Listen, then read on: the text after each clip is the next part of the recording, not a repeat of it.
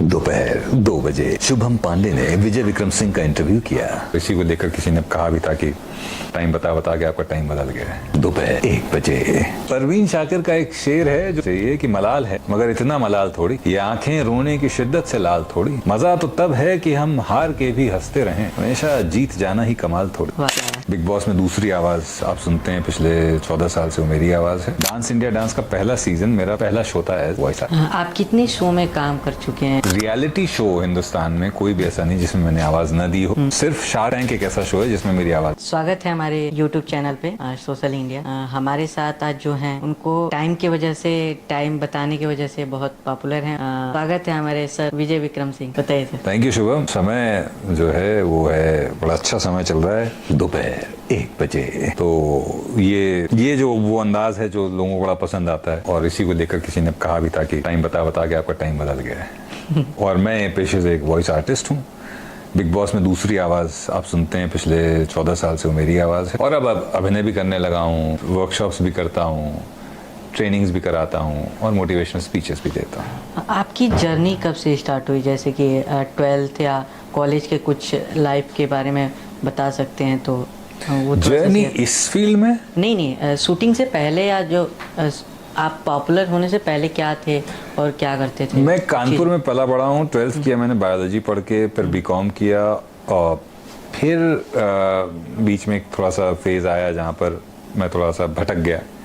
फिर वापस आ गए तो फिर MBA किया BHU से, इंटरनेशनल बिजनेस में, और वहीं से नौकरी लग गई JP सीमेंट में। ओके। JP सीमेंट में नौकरी करते करते फिर एक सरकारी नौकरी लगी PSU में जिसका नाम था MSTC। MSTC में जब काम कर रहा था तो वहाँ से बॉम्बे ट्रांसफ़र हुआ 2005 में। 2006 में 29 साल की उम्र में ये करियर के बारे में पता चला और तब मैंने कहा हाँ ये तो बड़ा अच्छी चीज़ है। फिर 3 साल उस पर काम किया मैंने, अपनी आवाज़ पे कॉन्टैक्ट बनाने में, और 2009 से मैं इस वॉइस ओवर के करियर में हूँ। डांस इंडिया डांस का पहला सीज़न मेरा पहला शो था एज वॉइस आर्टिस्ट। आप कितने शो में काम कर चुके हैं?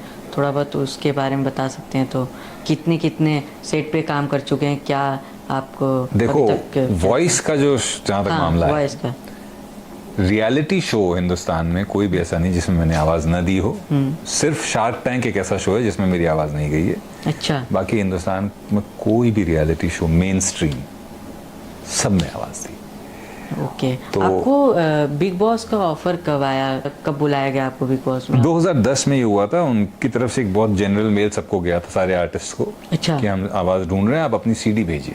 अच्छा। तब CD भेजते तो CD भेज दी। तब मेल पे इतना लंबे अटैचमेंट नहीं जाते थे तो CD भेजना, CD भेज दी। उसके 3 महीने बाद कॉल आया ऑडिशन के लिए और फिर अगले दिन फाइनल हो गया। तो इस तरह से 2010 में मैं। क्या होता है हमारे साथ तो बहुत सारे स्टूडेंट्स रहते हैं, हमारे गांव के भी स्टूडेंट्स हैं, शहर के भी स्टूडेंट्स हैं। वो 12th के बाद कॉलेज लेते हैं, दिल्ली यूनिवर्सिटी में, बहुत सारी यूनिवर्सिटी में लेते हैं। कॉलेज में जाके भी कंफ्यूज होते हैं वो कि हम करें क्या। हमारे पास, उनके पास आवाज़ भी रहता है, बहुत सारी चीज़ें स्किल होती हैं, लेकिन वो दिखा नहीं पाते हैं। बहुत कुछ चीज़ें हैं जो वो लोगों तक पहुंच नहीं पाती हैं। वो उनको कैसे मोटिवेट कर सकते हैं कि वो अपने आप को खुद को पहचान पाएँ? पहली बात तो उन चीज़ों के पीछे भागना बंद करना पड़ेगा जो दूसरों ने हमारे लिए निर्धारित की हुई है। अगर हमारे अंदर कोई स्किल है, कोई टैलेंट है और हमें लगता है कि हम उस पर काम कर सकते हैं या उसमें कुछ अच्छा कर सकते हैं, तो उसको पूरी तरह से निखार के और उस पर काम करके फिर उसको एक करियर ऑप्शन के रूप में एक्सप्लोर किया जा सकता है। लेकिन कोई भी चीज़ स्थायी नहीं होती, कोई भी चीज़ फाइनल नहीं होती। ये नहीं होता कि अगर आपने इसमें ट्राई किया और नहीं हुआ तो इसका मतलब आप बेकार है। नोकिया जिसने दुनिया के इतने खूब बड़े बढ़िया फ़ोन, इतनी बड़ी फ़ोन बनाने की कंपनी, उसका पहला प्रोडक्ट था टॉयलेट पेपर। टॉयलेट पेपर बनाया उन्होंने, फिर उनको लगा कि नहीं हमको इसमें भी वेंचर करना चाहिए। इसमें लाइफ भी वैसे ही चलती है, करियर ऑप्शंस भी वैसे ही चलते हैं। हम अपने को लिमिट कर लेते हैं ये सोच के कि हमको ये बनना है। ऑस्कर वाइल्ड ने एक बार बात कही है कि if you know what you want to become, you becoming that is your biggest punishment. अगर आपको ये पता हो कि हमको ये करना है और फिर आप वो कर लो तो उससे बड़ा पनिशमेंट कोई नहीं हो सकता। क्यों? क्योंकि जब आप ऐसा करते हो और वो कर लेते हो, फिर आप वहाँ पे अपने को रोक देते हो। आपके अंदर एक आ जाता है सेंस ऑफ सेटिस्फैक्शन, क्या बस ये हम बन गए, हम अब इसी में जो करना है करेंगे।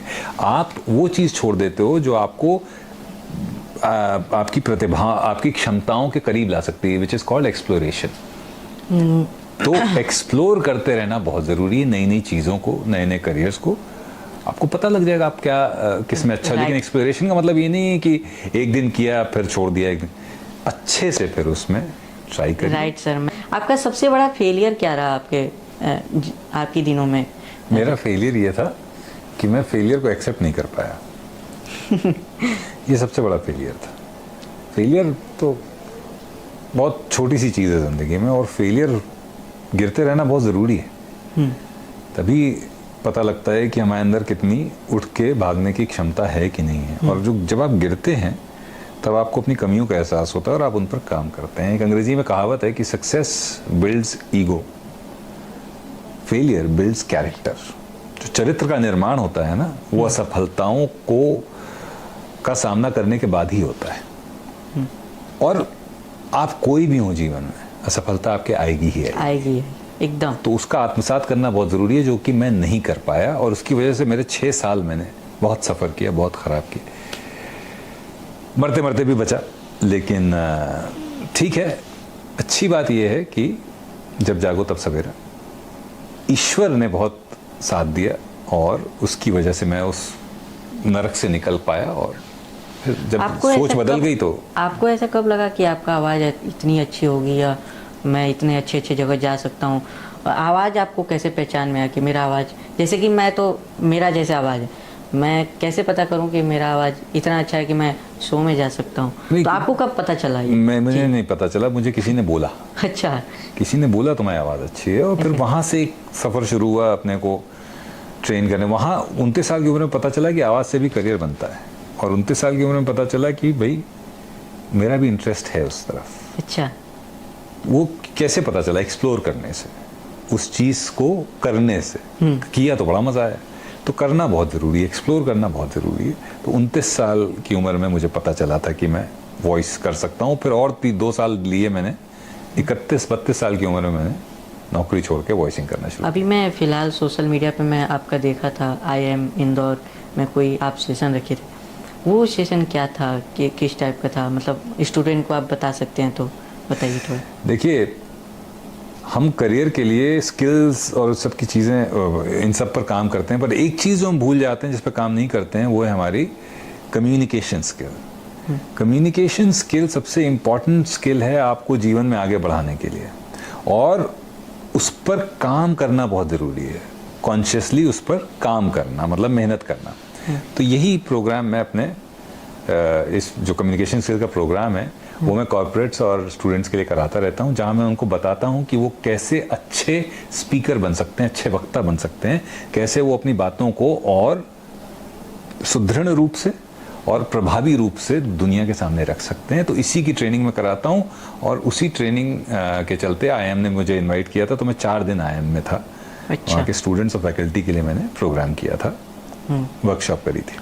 और आपकी कोई न्यू मूवी आने वाली है, वो मूवी के बारे में थोड़ा बहुत डेट या कुछ नाम बताइए। 6 दिसंबर को रिलीज हो रही फिल्म का नाम है छावा। विकी कौशल इसमें लीड प्ले कर रहे हैं, और मैं एक छोटा सा पार्ट इसमें प्ले कर रहा हूँ। तो 6 दिसंबर को रिलीज हो रही है। और भी कितने मूवी में आपने काम किया है? फैमिली मैन 2 सीजन कर चुका हूँ, तीसरा भी आने वाला है। स्पेशल ऑप्स 1.5, फिर ताली, ट्रायल करके एक था हॉटस्टार पर, मिर्जापुर 2 में बहुत छोटा सा एक पार्ट किया था। अभी जियो सिनेमा पे कैडेट्स करके एक कैडेट्स करके मैंने देखा वो है, बहुत अच्छा रोल था आपका उसमें। हाँ, एक फिल्म और अभी कर रहा हूँ, वो रिलीज होगी अगले साल।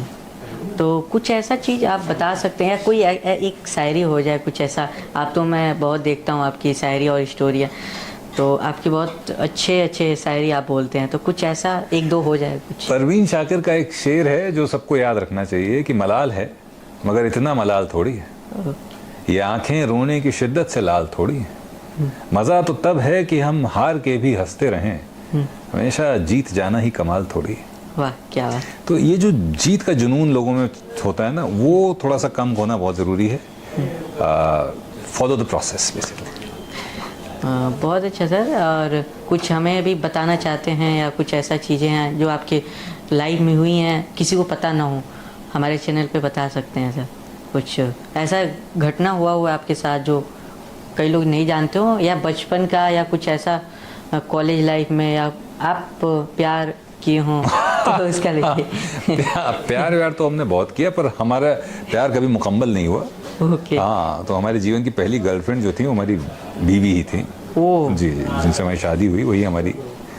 तो उनसे कब मुलाकात हुई, कैसे हुई? उनसे एक अरेंज मैरिज ही थी। 2009 में मुलाकात हुई उनसे, अच्छा अच्छा। और फिर 2008 में, फिर 2009 में हमारी शादी हो गई। वाह। तो अगर ये जानना चाहते हैं आप कि कोई ऐसी चीज़ जो किसी को नहीं पता, तो मेरी कोई गर्लफ्रेंड नहीं रही है कभी जीवन में। ये एक तथ्य है, सत्य है। ना कोई प्रेम प्रसंग, ना कोई गर्लफ्रेंड। सेम सर, मेरा भी अभी कोई है नहीं। इसीलिए तो हम दोनों बैठ के यहाँ पे बातें कर रहे हैं। दोपहर 2 बजे शुभम पांडे ने विजय विक्रम सिंह का इंटरव्यू किया। Thank you so much sir, हमारे चैनल में आने के लिए। शुक्रिया। Thank you so much sir.